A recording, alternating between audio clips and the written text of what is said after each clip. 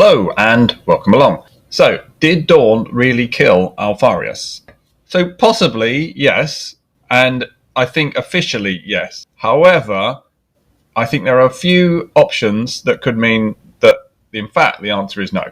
Now, bear with me. So, first of all, what officially happened? Well, at the Battle of Pluto, Alpharius had engineered a situation where Dorn would end up in a locked room with him, each with some of their personal bodyguards, to have a fight to the death where he would finally prove his superiority to one of his brothers. Now, one of Alpharius' personality traits was this need to prove himself as better than everybody else, and he had a running feud with Dorn where Dorn had criticized him and his tactics in the past, and Alpharius wanted to prove his superiority to him. And he came up with a very complex and elaborate plan to infiltrate Terra, to weaken the defenses of the Sol system, and to personally kill Dorn. He did all this with the normal complex use of secret agents, assassinations, manipulation of various important members of the Terran nobility, essentially a complex web of spies and hidden agents that operated in a way that was designed to both provoke Dorn and humiliate him. And this plan generally came off very well. He was always one step ahead of Dorn and his associates, and even ahead of the Custodes and Malcador. This is a bigger story, of course, the way that the Alpha Legion infiltrated Terra, the various things they got up to. But the whole point is this series of events was one grand plan by Alpharius to get Dorn into a situation where he would be both militarily defeated and personally defeated. And so at the culmination of this plan, a person who is seemingly Alpharius ends up in a locked room with Dorn, and they fight to the death. So the idea is only one of them can survive, and Alpharius would have proved his superiority. Now, of course, what in fact happens is Dorn kills Alpharius. Now, this doesn't happen because Dorn is actually proved to be superior to Alpharius. Everything Alpharius plans happens as he wants it to, but the Emperor intervenes in an indirect way by placing a person who was uniquely able to intervene in this situation to aid Dorn winning the fight. Now, he doesn't intervene by fighting Alpharius or injuring him or anything like this. This person is Archimus, who is the chief bodyguard of Dorn. He's essentially the third in charge of the Legion, after Dorn himself and Sigismund, who's first captain. So he's a very senior member of the Legion. He's probably Dorn's most trusted right-hand man. He's been with him a very long time. He is implicitly trusted by Dorn, and is very similar to Dorn in personality, and so they have a connection that is almost closer than the connection that Dorn has with Sigismund. Archimus is, of course, there as his chief bodyguard, but actually he gets there by a roundabout way, which is too complex to go into now. He's actually not with Dorn originally, and they both end up at the same place at the same time, which allows Archimus to then intervene in this fight.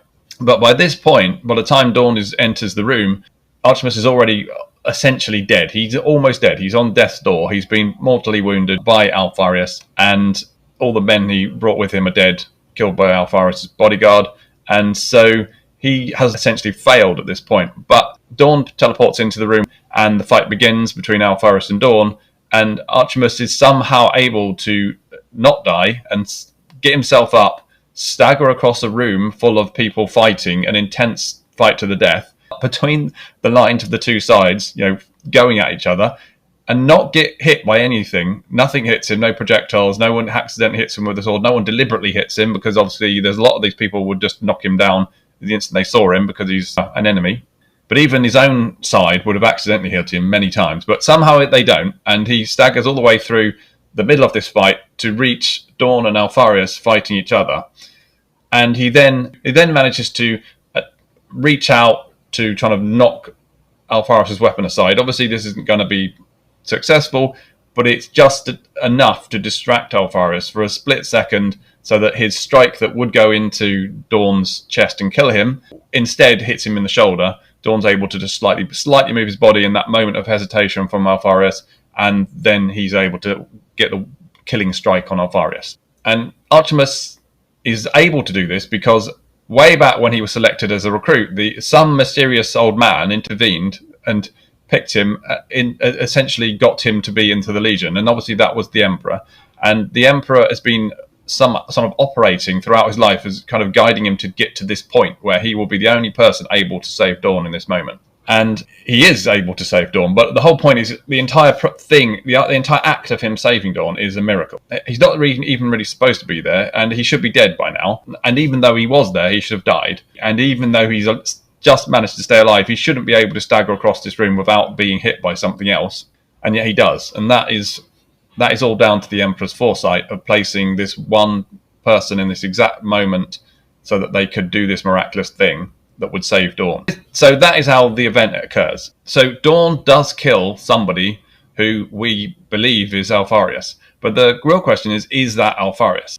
Now, it could be, the simplest answer is yes, it is. He dies, and that's the end of it. Omegan then leads the Legion from then on in his name. However, there's a couple of points here. First of all, is nothing is ever as it seems with the Alpha Legion. That's the only thing you really know about the Alpha Legion. And so it would be odd that at this one time it actually is Alpharius when it's never Alpharius. It doesn't seem likely that it actually would be Alpharius based on previous evidence. It's never Alpharius. However, the problem with it just being another Alpha Legion disguised as Alpharius who thinks he's Alpharius because he's been conditioned to believe he is that he does go toe-to-toe with the Primarch and fight him to the point where he can kill him, which is just not realistic for another member of the Alpha Legion, except for, of course, Omegan. So the least likely answer is that it's just another member of the Alpha Legion disguised as Alpharius who believes he's Alpharius and can fight maybe a little bit above what he would normally be able to because he's so confident in believing he's a Primarch. And maybe he's been given some enhancements or something to make him even better than he would have been. But he's still not going to be able to fight Dorn in the way that he does. So I think you have to rule that out as an option. Which then means, well, okay, then if it's not Alpharius, then it's Omegan, right? Well, if it is Omegan there, does he believe he's Alpharius at this moment? Because it's very clear from the narration of the story, the way it's worded from the sort of external narrator's point of view, the person that's there does believe themselves to be Alpharius.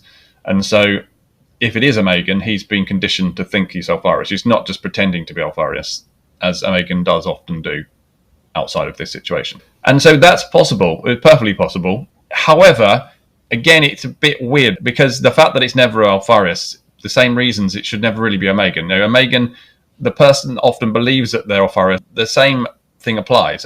People who think they're Omegan, act like they're Omegan, are really not him. And they're just other Alpha Legionaries conditioned to believe that they are him. Or are they? Who knows? It seems like it's a consistent method, tactic of the Alpha Legion to always be misleading people into thinking they're one of the Primarchs, or when they are one of the Primarchs, to not actually be revealed as one of the Primarchs to anybody outside of the Legion.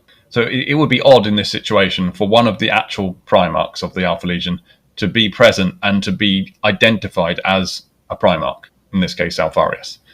So although it's probably more likely that it is Omegan than Alpharius, it is unlikely still to be either of them, in my opinion. And this would just be too upfront, too straightforward to have them just be there and say, I'm me, let's go toe-to-toe. Now, of course, you could counter that with saying, well, it was just so important to Alpharius to defeat Dorn personally because he felt so slighted by Dorn's opinion of him. He gave up on his normal tactics of deception and decided, no, I will be there personally to kill him because I need that for myself. And I suppose that's possible. So I'm not ruling it out that it's Alpharius. I just think it's less likely than it is that it's Omegan. And I think being Omegan is still less likely than it being somebody else. But then we get to the problem of, well, who else could it be? Because as we've established, this person has to be able to defeat a Primarch in single combat, which seems incredibly unlikely that anyone else could do that other than a Primarch. So this brings me to two ideas I've had, which is one, well, what if, okay, bear with me, what if it's one of the missing Primarchs? Okay, now this could be true because we don't know what happened to them. We know that they were disappeared and all record of them was destroyed, etc. But we know that Alpharius knew of them. So he was aware of them. And we know that the Alpha Legion are incredibly good at getting to places they're not supposed to be and getting hold of things they're not supposed to have. Now, what if this one of the missing Primarchs was imprisoned, probably put in some sort of stasis by the Emperor because he couldn't bring himself to kill one of his sons, because he almost never can. I mean, even with Horus, he couldn't really. It was right up until the very, very last moments where he could bring himself to kill Horus. So it's unlikely that anyone could have done anything worse than what Horus had done. It's unlikely he could bring himself to kill one of those two, even though the Emperor does treat his sons like tools. And seems to have no emotions for them. There is also paradoxically clear that he has a line which is he doesn't kill them. It just that some reason he won't go that far, because there's quite a few times when his sons probably did deserve to be killed by him, but he didn't do anything. I'm thinking of Angron here, Kurz. But certainly Horus, and even then he was like, no, I can't quite bring myself to do it, until Horus has murdered Sanguinius in front of him, and then he's kind of pushed over the edge to go, no, there's nothing left in you that's good, I'm going to have to do it. So it seems unlikely that he actually killed the two missing Primarchs. I think it's more likely, and I think this is hinted somewhere in various tiny scraps of lore, that they're locked away somewhere hidden in the dungeons, deep down under the Imperial Palace. But you're not going to just leave someone there conscious. They're probably locked in at some sort of stasis cylinder, unconscious. The Alpha Legion got hold of them, extracted them, and put them to use out in the universe. They basically a Primarch is an incredible, valuable resource, both for the Imperium and for the Alpha Legion. And the Alpha Legion are the ultimate pragmatists. They would Alpharius and Omegan would be there. Okay, these are two resources that we can use. No one needs to know. No, they've been eradicated from history. They don't exist. So I've got a perfect weapon to use that no one knows exists. If we can just get hold of it, we could use it for all sorts of great things, including being our body doubles when we need them. So what if they just extracted them, or one or two of these missing Primarchs, and then used them as kind of like further stand-ins for themselves when they needed a Primarch level stand-in? And obviously they would just recondition their minds, make it. It's been shown in that the Imperium does have access to technology that can alter and remove memories from Primarchs. That's been done, and the Alpha Legion themselves use this level of technology on Omegan and Alpharius before, so that's shown that it can be done. So they could do this. So there you go. That's one idea. Okay, I think that's a perfectly reasonable option. In which case, it might explain also why Alpharius tends to end up like in quite dangerous situations where he's on his own or with a few troops in a very precarious situations quite a bit, because it would explain it because he's less worried about dying, because one, it's not actually him, and two, even if it is him, he's got backups. And that brings me to another point, which is who really is Alpharius? Because we've kind of like arbitrarily labelled one of them Alpharius, one Omegan, but really they're the same person in two bodies. They're the same soul, the same being split in two. So really they're both Alpharius Omegan.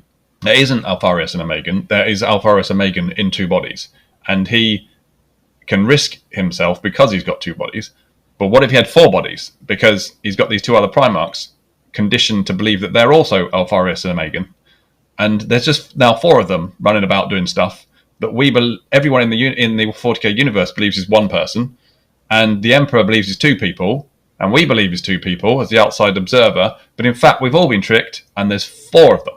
Which brings me to my next idea, which is one of Alpharius's names is the threefold serpent. So what if there aren't actually twins, there are triplets? Yes. Another idea here. So there's three of them, and we've always been led to believe that there's two of them, and along with the Emperor, because as we are like the all-powerful outside observer, we see that there's two. People in the universe think there's one, but the Emperor is so all-knowing and incredible that he knows there's two. And there's a couple of hints that certain Primarchs might know there's two, I think. But generally speaking, nobody else knows that there's twins. But maybe we're all being tricked, and there's three of them, and that's where they get the name the threefold serpent. And one Alpharius Omegan died there, and the other two carried on doing the job as Alpharius Omegan. Alpha Legionnaires themselves seem to know that Alpharius and Omegan are two separate bodies, but they do treat them essentially equally in all ways. They don't defer to one over the other.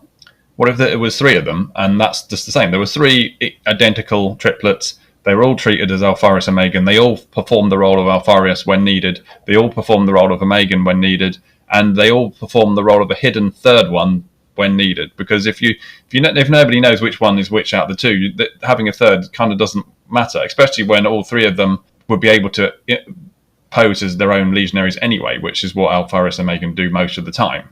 You don't know. Neither of them stands out as the leader. It's just they're all members of the Alpha Legion.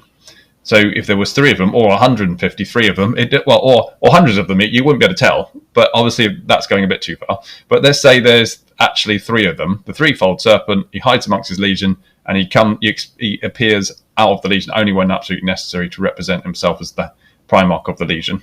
And in which case, that would explain why a Primarch level person could fight Dorn, be killed, and then still the Legion carried on just as it was before with no real change. There's almost no impact. But we do know someone close to the person we believed was a Megan has died, because a Megan is shown to feel that death in the book that this story is in. So from the outside viewer's point of view, you know that a Megan is real, or at least a Primarch who believes he's a Megan is real. He feels the death of one of these other Primarchs linked to him. So my idea of a triplet situation is true, then that would still hold. You would still feel that connection die and that connection end, and the one of the three who was posing as Alpharius is now dead, and the one who was calling himself a Megan now takes up that mantle, because that's what they do. But then the third one just becomes a Megan, and now there's still Alpharius and a Megan. There we go. Anyway. Slightly convoluted, I know, but possible. What do you think? So let me know what you think in the comments. Like, subscribe, share, and I will see you next time.